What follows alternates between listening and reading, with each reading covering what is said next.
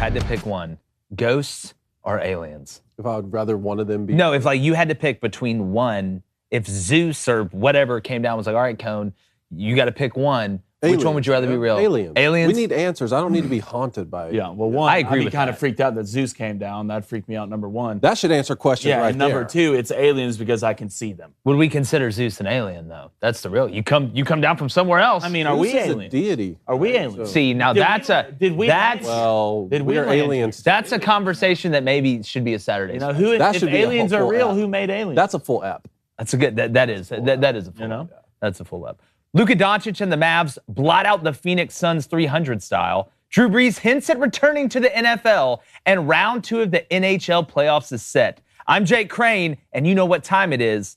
It's time for Crain & Company.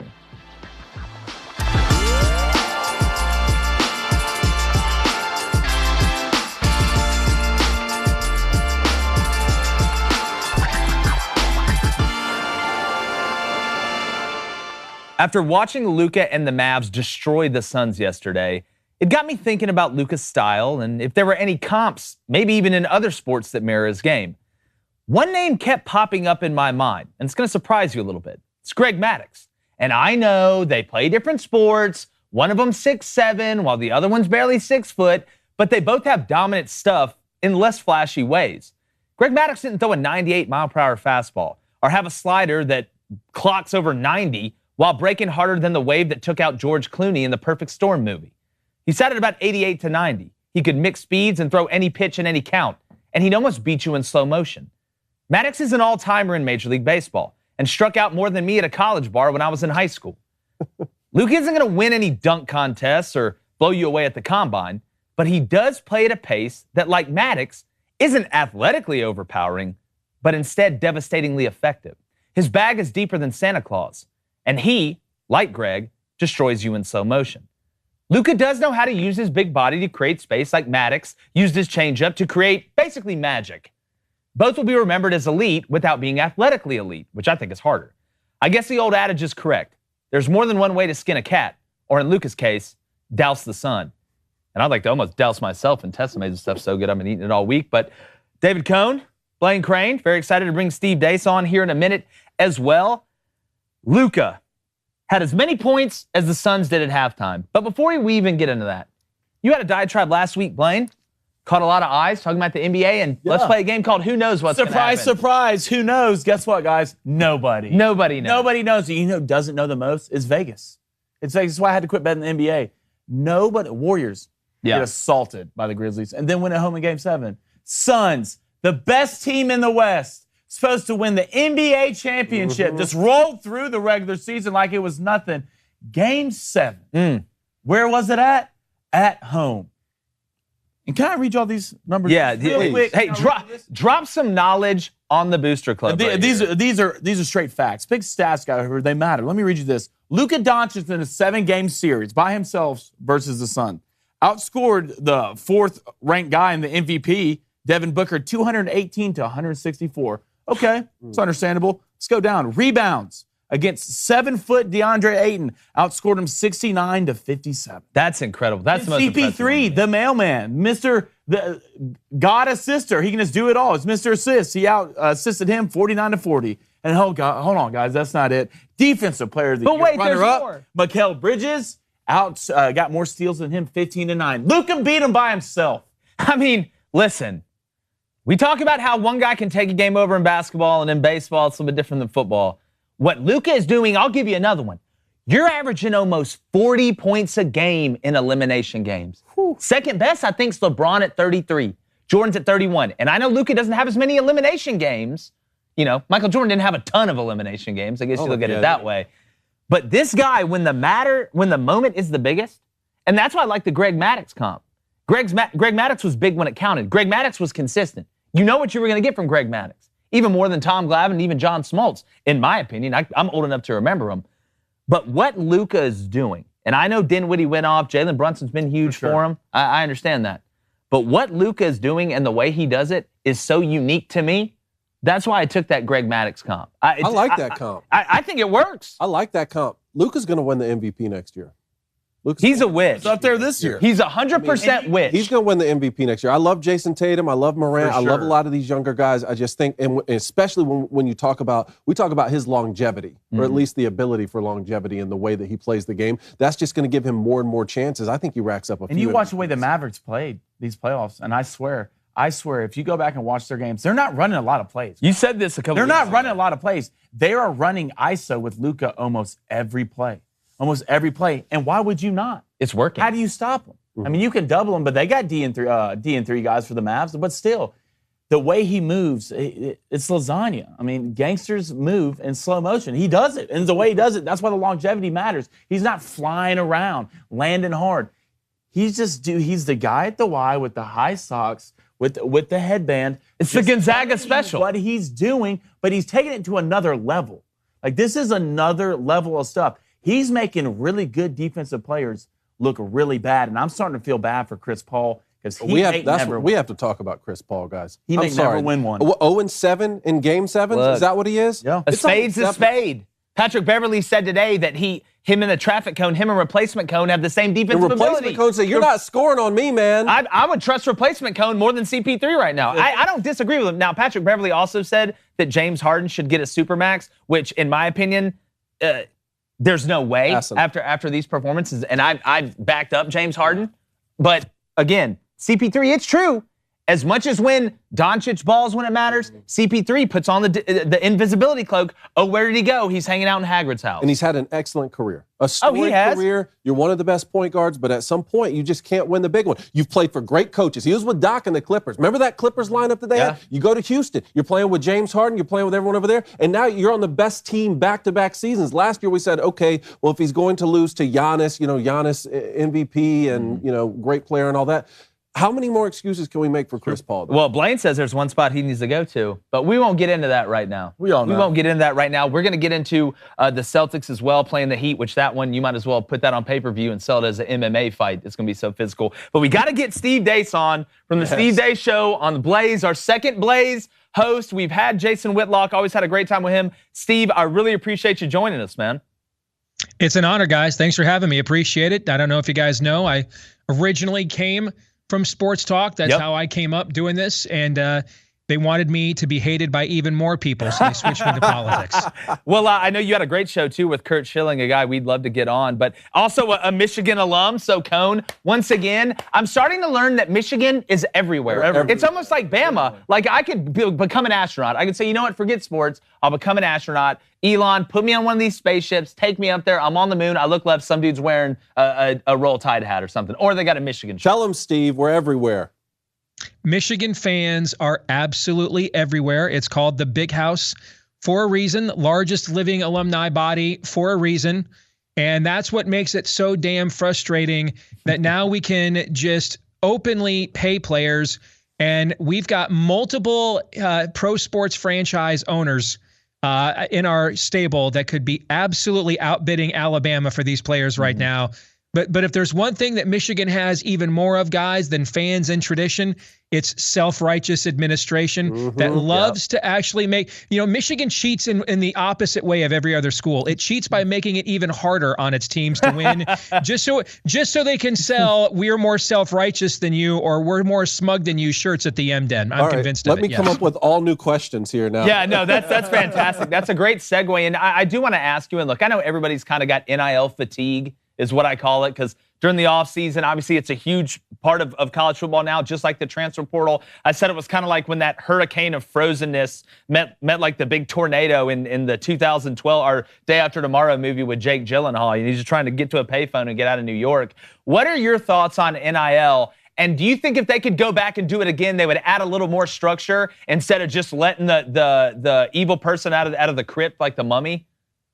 Well, guys, this is where my political background, I think, gives me a unique perspective on this, because what's happening here is two of the absolute worst trend lines and impulses in our culture have intersected in collegiate sports to potentially ruin something that just brings a lot of people of a lot of different backgrounds and belief systems unified joy in our culture. And the first, social justice warriors in sports media. All right. When I made the switch from sports media to news media, I found out, and then I went back and started reading some of these sports media guys like Pat Forty, for example, and I'm like, wow, these guys are every bit as left-wing biased as the guys I work with, but they're twice the dumb. At least the people I'm competing with are smart. Like, they actually have to pretend to know stuff on the issues. It's like in sports media, you all get the SJWs that weren't good enough to work in the newsroom at the Washington Post, so they got relegated to sports media, all right? And so they look at college football and they see a sport where right now about 1% of the players are truly worth more than the value of their scholarship on an open market, all right? Meaning right now, the All-American and a starting center at Michigan, a starting right guard at Michigan, is not worth the total value on an open market of his scholarship. And it's not at Alabama, and it's not at almost any of the elite schools, let alone in the MAC or any of these Group of 5 programs. And so you got about 1% of the players in basketball and football that are truly worth, the revenue sports, truly worth more than the cost of their scholarship, the cost of housing them, the cost of feeding them. David, you know this, training them, schools, books, tutors, everything else to keep them eligible.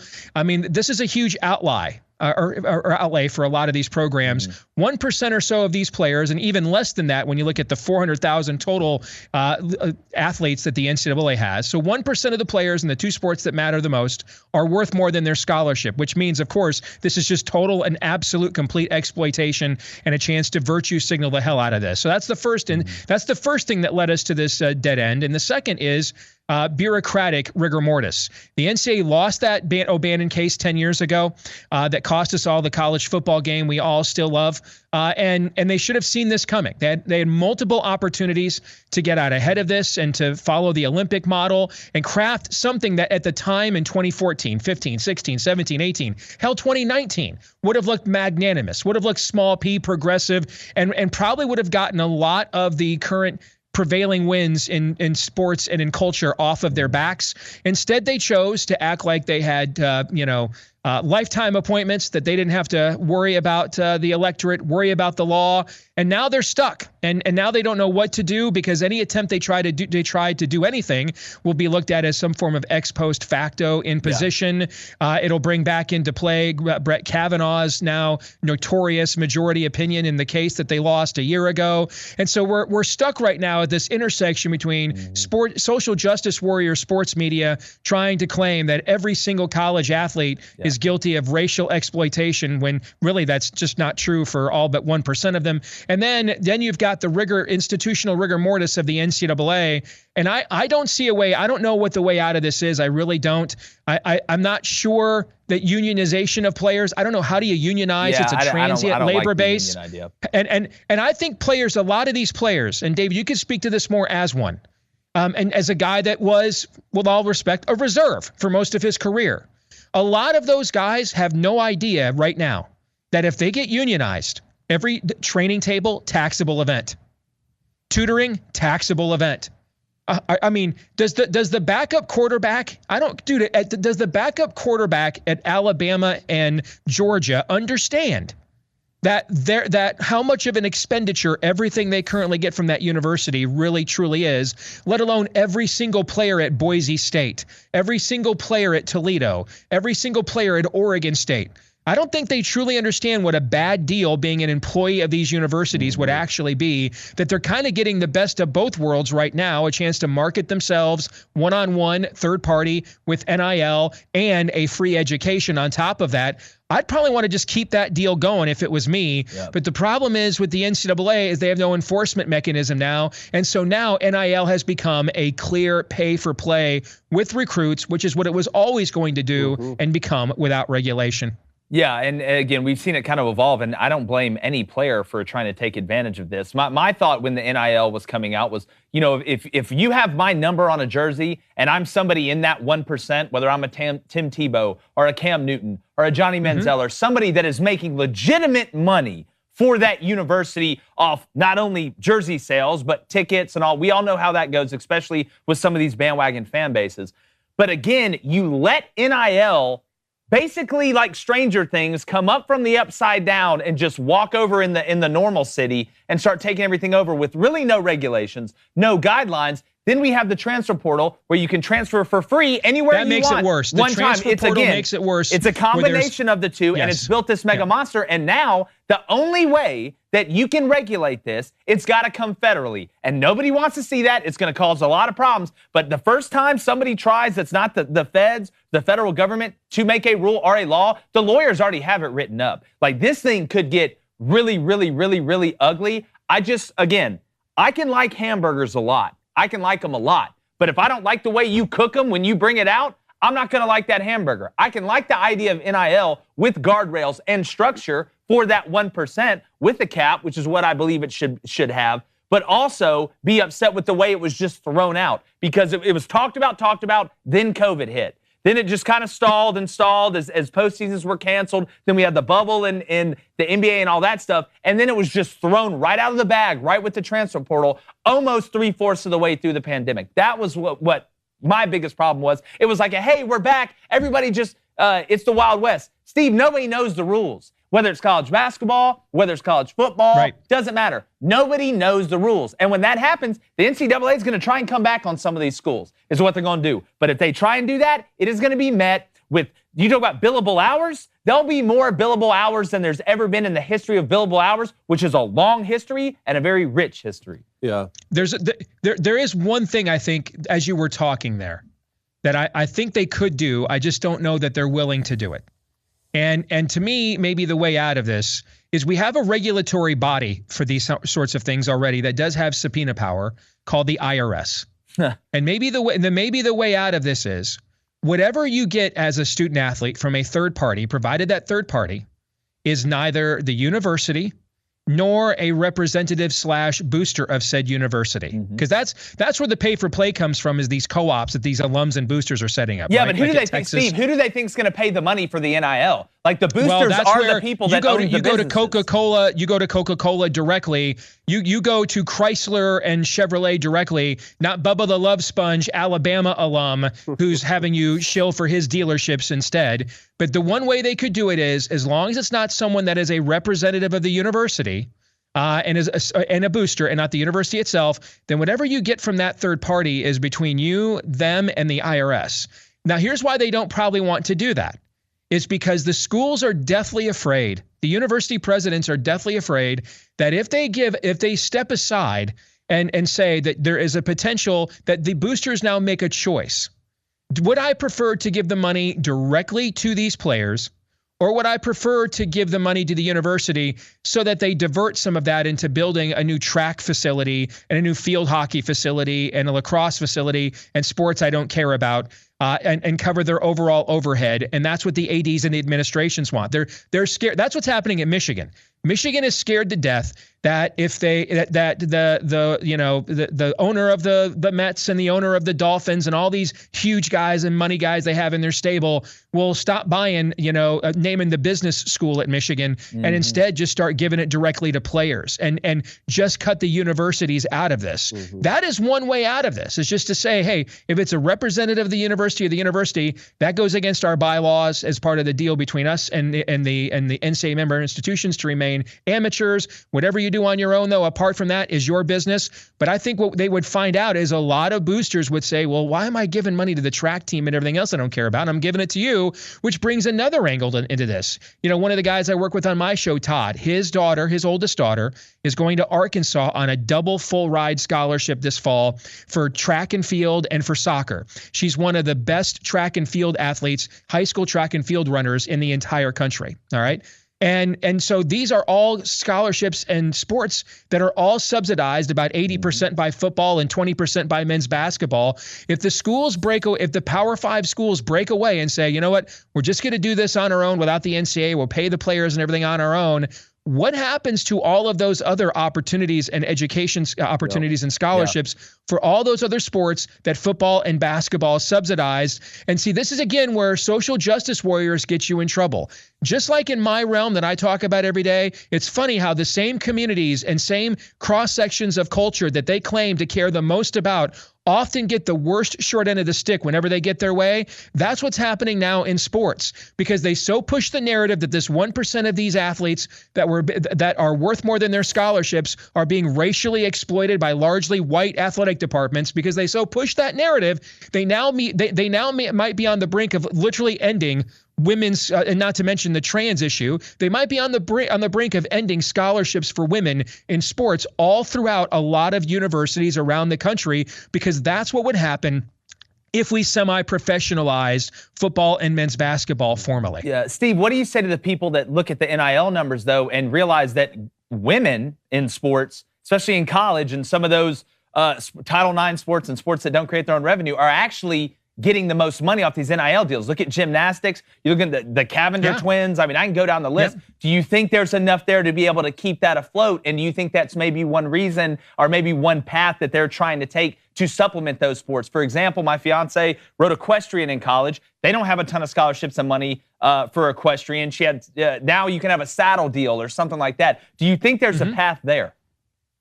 I think that is the path that goes along with what I just said, which is just let the athletes make their own deals with whomever they want, provided they're not the universities or their representatives, right? Okay. So a clean break. Like clean break.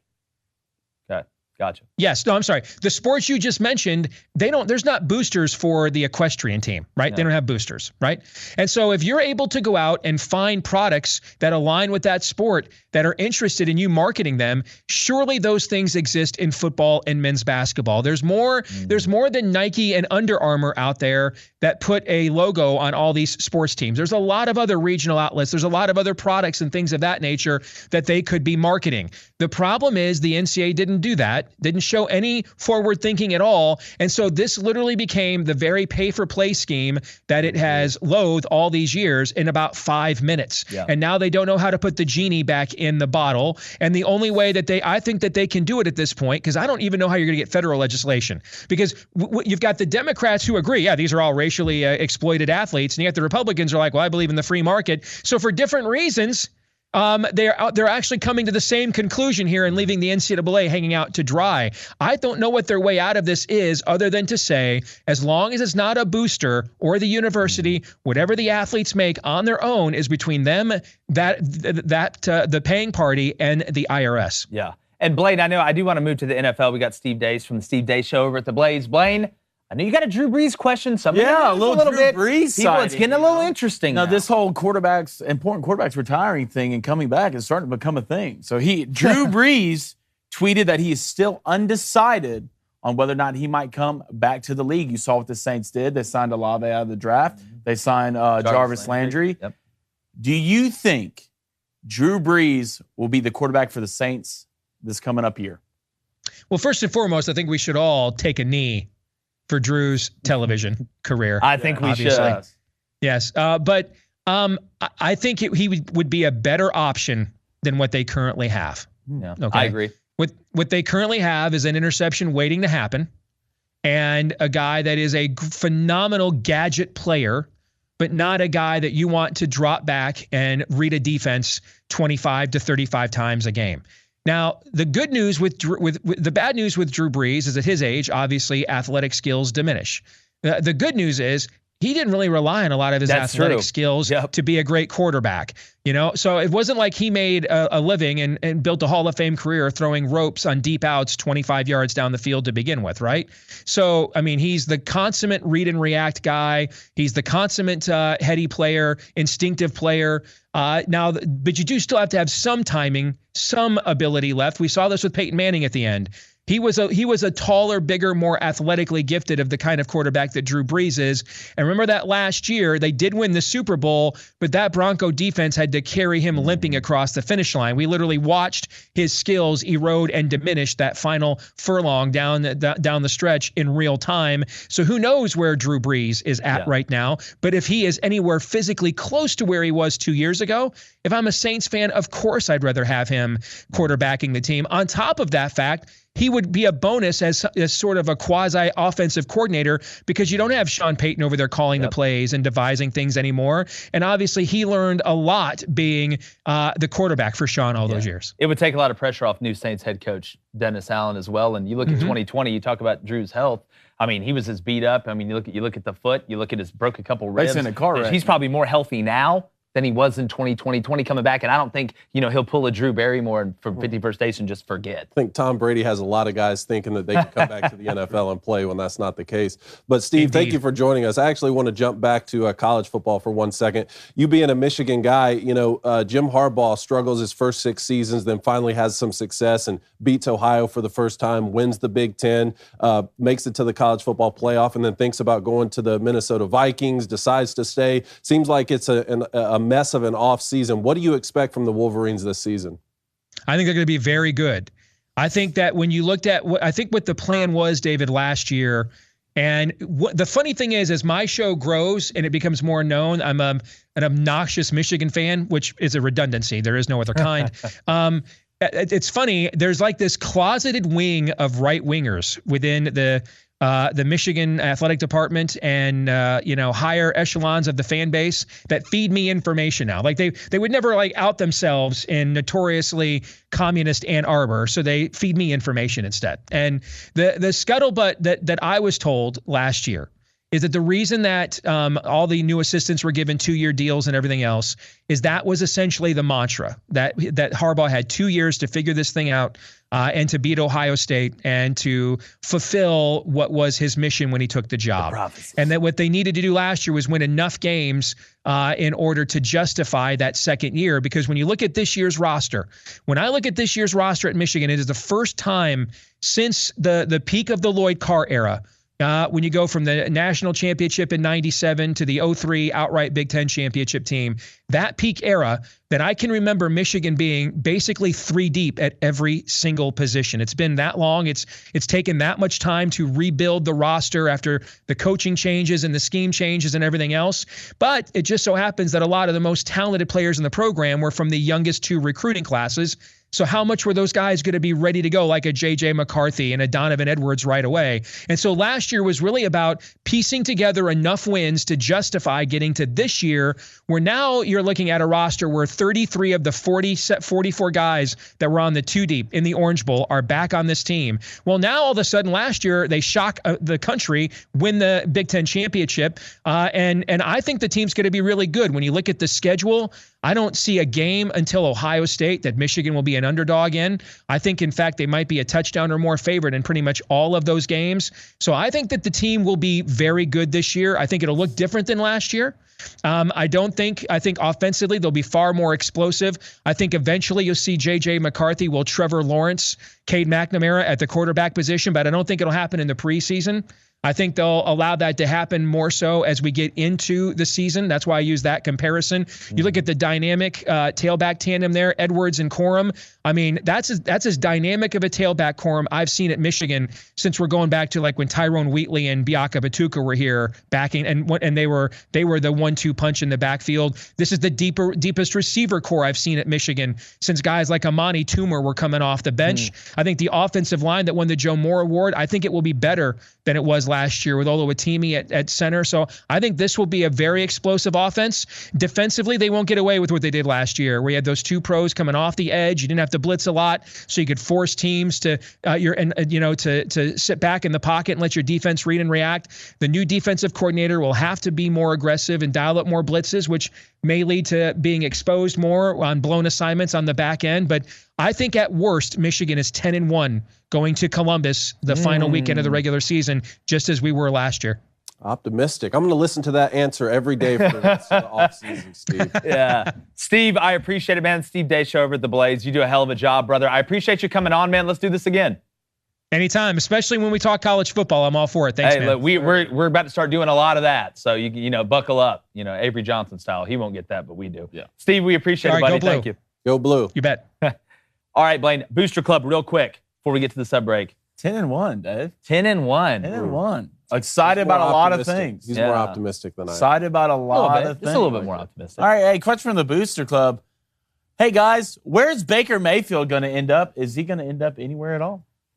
At this point, again, the Browns, to me, lose leverage every day they don't do something. I'm really starting to believe they're going to release him. It's getting to that place. Now, could there be teams out there that could use him? Yes. I know the Seahawks signed Geno Smith and Drew Lock. You could use him there. He'd be the best quarterback there. The Giants, Daniel Jones, they didn't pick up the 5th option. Do they believe in him? Let me ask myself. I don't believe in him. Don't know if they do. So there's places. The Panthers drafted Matt Corral, who will be the starting quarterback for the Panthers. Just, again, we've beat that drum. We've beat that drum. I'm not talking about 20 years down the road. I'm talking about the next 2 years. I think he usurps Sam Darnold. I think he usurps. He beats out Sam, or Sam gets hurt? This to start the year? No, I think Sam... I don't want to wish injuries on anybody, but Sam Darnold does get hurt. To me, it's just as likely as that he gets hurt that he doesn't. If Matt Corral gets his shot, to me, he's the type guy. And Cone, I think you're with me on this. He's the type guy that when he grabs the reins, the horse is going. Oh, he's going to go now. He's going to run with it. All right. What else, Blaine? All right, Lex Grossman, why has Michigan had such weak quarterback play under Harbaugh? Wasn't he supposed to be the guru? I'm asking you. That's the question I've been asking. The Andrew Luck guru. Yeah, I know. It's you have one guy there in the pros and then come back and you don't have anybody drafted. And Cade McNamara ain't going top 10. J.J. McCarthy, we'll see if he gets a chance. All right, 2 things right here. Return to the Mac. Blaine, can you say the Mavs won't beat the Warriors so that we can guarantee a Mavs series win? Yeah. Just said it. You should. There you go. There you go. Look, I haven't been doubting this Mavs the whole time. I doubted the Mavs. You trashed them a little bit. I didn't trash them. I just said they weren't going to win in the first series because Luka wasn't playing. Then Jalen Brunson went Super Saiyan. Then I understand it. And then I reconciled and gave y'all credit. Gave y'all credit now. Luka, the witch. The witch. He's the witch or a witch? The witch. He's the witch right now. Listen, I've heard some guys saying, I'm starting to agree, Luka may be the best player left in the playoffs. He may be the best player left in the playoffs. I don't think you're wrong. Say Steph Curry. I know what he's done. But right now, if I'm drafting, and we're going to talk about results from NBA drafts, believe me, we're going to get to it. But we're going to do that after the break. If you want to watch or listen to the rest of the show, head over to the Daily Wire, become a member, or listen on Apple, Spotify, or wherever you get your podcasts. Subscribe, leave a 5-star review, and share it with your friends, your enemies, your frenemies, and most importantly, their enemies. We'll be right back with the greatest last half of a show you've ever heard.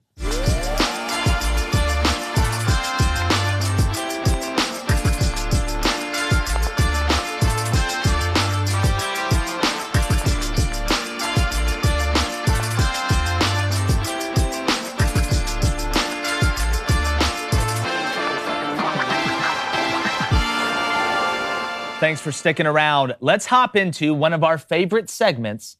Cone, get it ready. Rapid fire. Laser noises.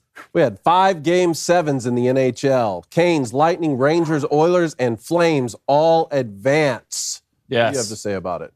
You want to talk about delivery? Is it DiGiorno? No, it's the NHL playoffs. This has been awesome. What a weekend. You have 2 overtime winners. Rangers, hate to see it for Sid the Kid, Malkin in the group. Play good, though. They did, but they had a chance to finish the series. They didn't do it. Call. You know, they scored late. Rangers able to shut them down. Game 7s, but again, the quality of the games, not only that it's Game 7, but the quality of the games. You look at the quality of the Game 7s in the NBA as compared to the NHL, it's not even close. The NHL's just pantsing them. I tweeted it this morning. I'm a big NHL playoffs guy. Yeah. I am. It's the best out right now. Welcome. It's the best out I feel like right we now. say this every time. I was like, I got to catch a good amount of the Rangers-Penguins game. Yep. First of all, that was a penalty. Oh, boy, he took his helmet off. The Penguins should have been a power play. That should have been a call. They didn't call it. That's fine. But I was watching the Mavs-Sun game over early. I knew when Luka scored like the first 10 points. I was like, yeah, he had the same amount of points. So I turned on that Flames-Stars game. I couldn't sit down. I wasn't even rooting for a team. Like, I didn't want, it's one of those games where you're watching and you don't want it to end. You just wanted to keep going and keep going. And Jake Ottinger, the goalie for the Stars. Yeah, standing O. Standing O. I know they absolute performance. Give the man a Gold Globe or something. I don't know, an Oscar, because it was a performance of a lifetime. This dude was like in the Matrix catching ball. Yeah, I mean, you know, call him Jack Dorsey. He's blocking everything out there. It was ridiculous. Everything you don't like, he's blocking. And I know they lost. Goudreau, great goal to end. The Flames were the better team. I agree. The Flames were the better team. Obviously, we all knew that going in. Stars put up a hell of a fight. The Penguins-Rangers series was back and forth. I think, you know, when I watched the Penguins and the Rangers series, it looked like a lot cleaner hockey to me than it looked like in the Flames and Stars. I think that the Stars played way above their head. I think they punched way above their weight for this whole series, but it's been fantastic as a fan to watch. And now we get even better series going forward. Guys, we're just getting through the beginning of it. Like, we just broke the first layer of ice. Now we're seeing, you know, where the spaceship is from Tomorrow World, and let's go and get it handled. Lightning Panthers. I mean, come on. I'm ready for Give me the over. That experience, right? Experience. The Lightning handling business. The Maple Leafs, you did it again. So to that guy that when I talked about the playoff woes for the Leafs, said that's an old talking point. To quote Major Payne, who's the dumb man now? Hugh Stamkos, experience the Lightning. Believe me, they'll strike twice. All right, MLB. How does the Reds' Hunter Green throw a no-hitter and they still lose the game? Can someone explain it to me? Poverty organization right now. True poverty organization right now.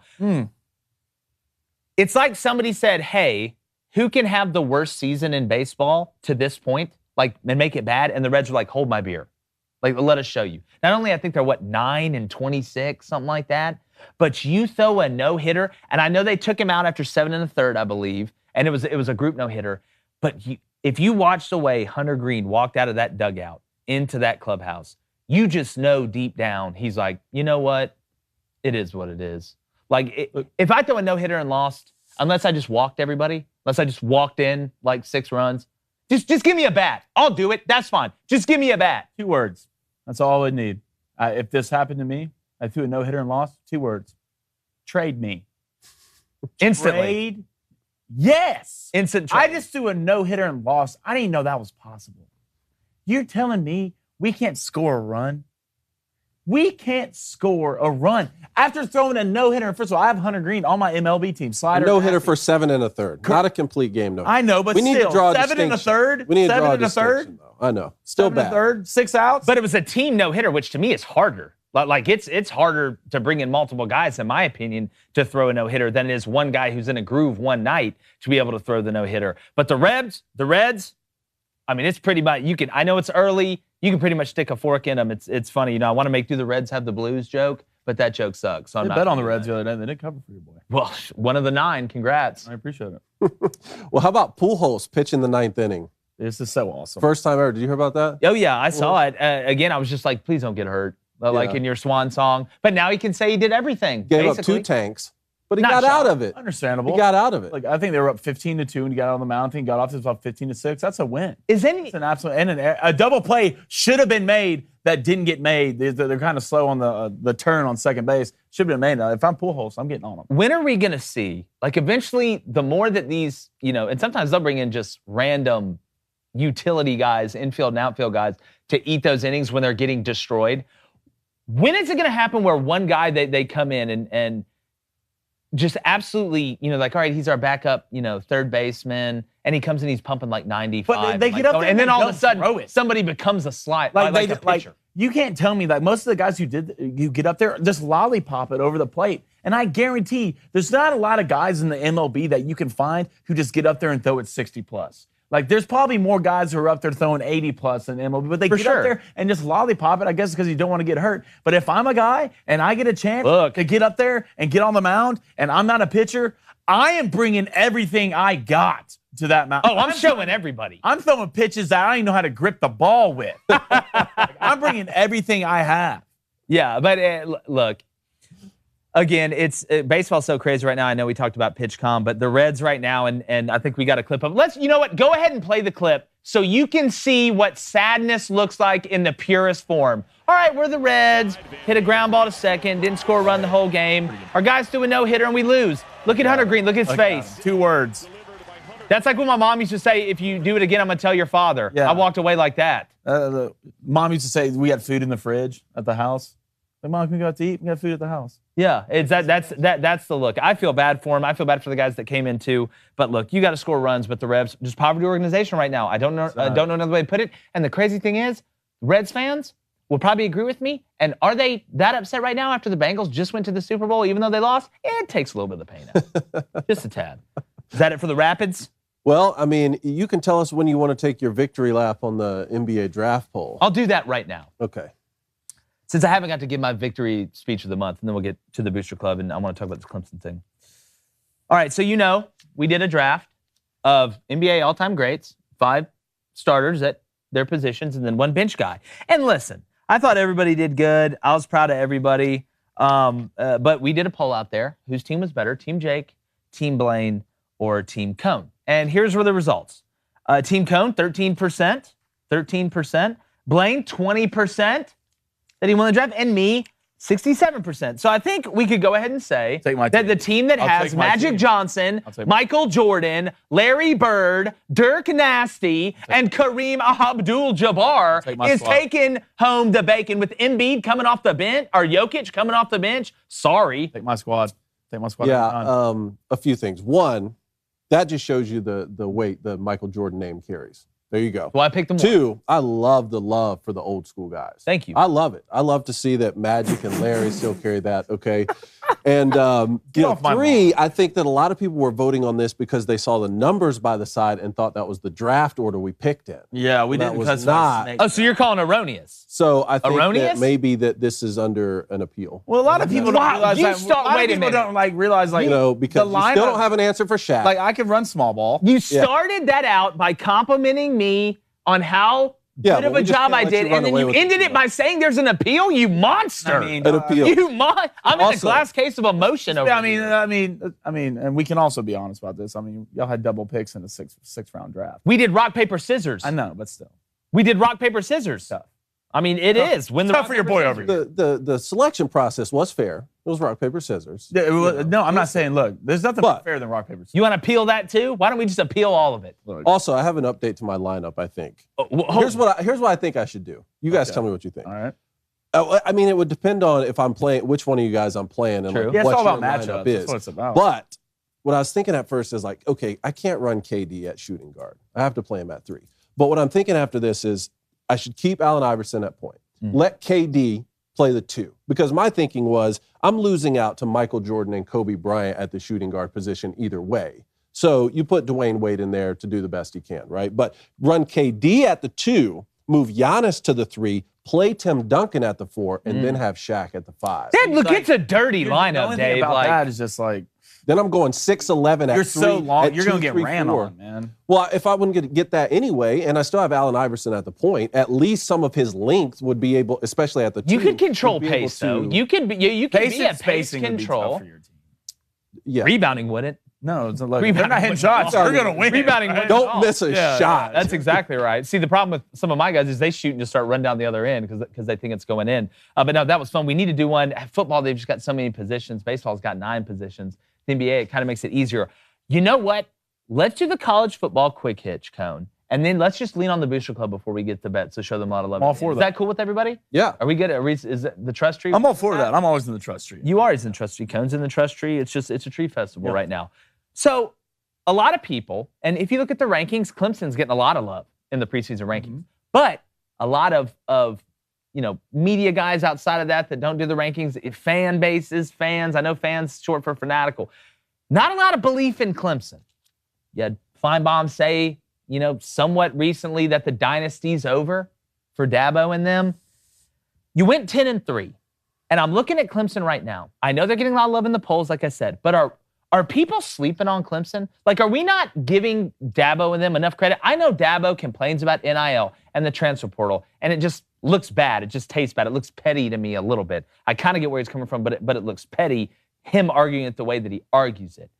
Are we undervaluing, as a college football fan hemisphere, not, number one, what Clemson has done and the guys they have on that roster? For this reason, Cone, here's what they got coming back on defense. I know they lost Skalski and a couple guys. You got some All-American candidates coming back. Brees, Tyler Davis, Miles Murphy, Xavier Thomas decided to come back off the edge. And that's not even starting it. Like there's 3 or 4 more guys, not counting the recruits that they've had. Wes Goodwin, the new DC, he understands the defense. He was underneath Venables. Venables son comes back at linebacker. I believe it's his son. They have got an elite defense, an absolutely elite defense. I know they lost Booth and their other corner. They have guys that can replace them.